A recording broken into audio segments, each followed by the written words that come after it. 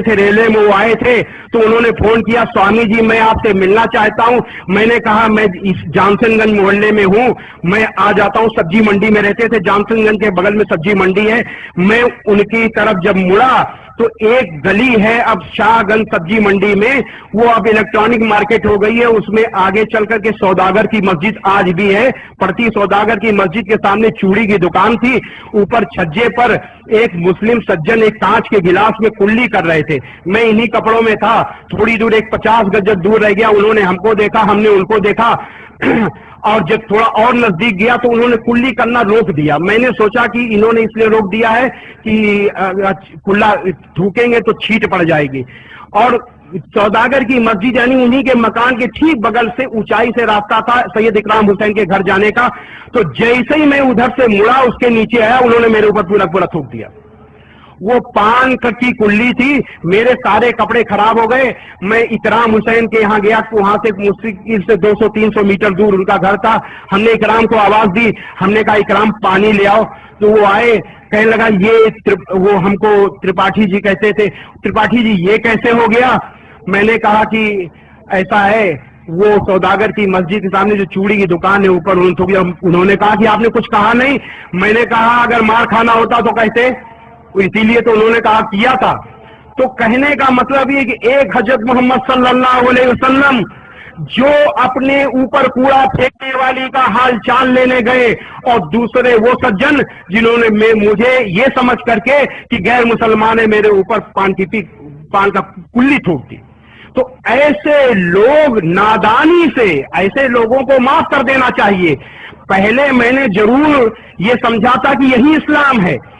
میں نے بتایا کہ کچھ لوگوں کے اخلاق کی وجہ سے دا ہسٹری آف اسلامی ٹریڈیزم لکھی تھی، میں نے سوچا تھا یہ اسلام ہے. لیکن جب واستوک اسلام کو جانا، حضرت محمد صلی اللہ علیہ وسلم کو جانا، جب قرآن کو جانا، جب حدیثوں کو پڑھا، تو مجھے ان پر دیا آئی، ان سجن پر، کہ وہ اسلام کو نہیں جانتے.